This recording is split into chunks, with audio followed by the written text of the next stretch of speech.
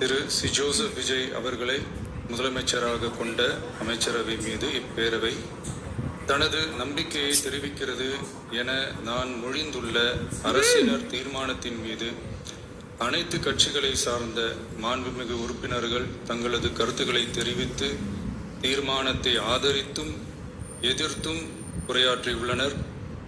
உரையாற்றிய உறுப்பினர்கள் அனைவருக்கும் என்னுடைய நன்றியை முதற்கண் தெரிவித்துக் கொள்கிறேன்.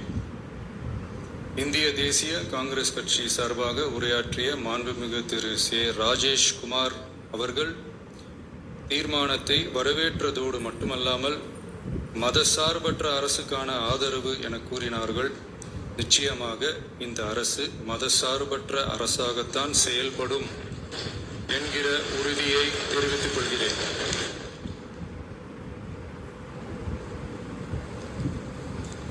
அடுத்து உரையாற்றிய இந்திய கம்யூனிஸ்ட் கட்சி மார்க்சிஸ்ட் கட்சி சார்பாக உரையாற்றிய திரு ஆர். செல்லசுவாமி அவர்கள் இந்த தீர்மானத்தை வரவேற்று முழுமையான ஆதரவு தெரிவித்துள்ளார்கள். விடுதலை சிறுத்தைகள் கட்சி சார்பாக உரையாற்றிய மாண்புமிகு உறுப்பினர் திரு வன்னி அரசு அவர்கள் உரையாற்றுகையில் நம்பிக்கை வாக்கெடுப்பில் வெற்றி பெற்று இந்த அரசு 5 ஆண்டுகள் தொடரும் என நம்பிக்கை தெரிவித்தமைக்கு என்னுடைய நன்றியை தெரிவித்துக் கொள்கிறேன்.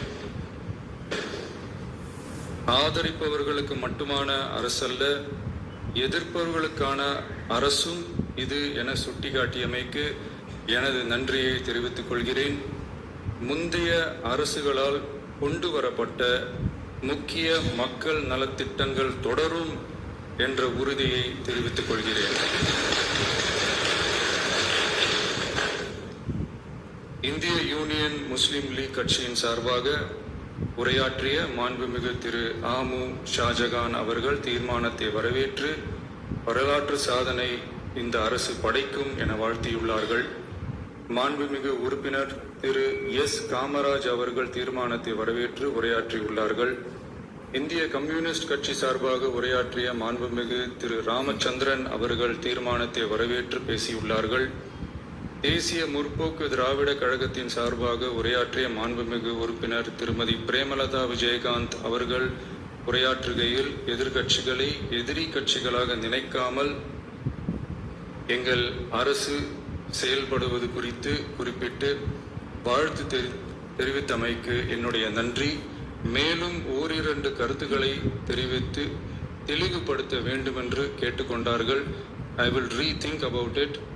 தமிழ்நாட்டை ஆண்ட பல்வேறு கட்சிகளை சார்ந்த அரசுகள் இந்த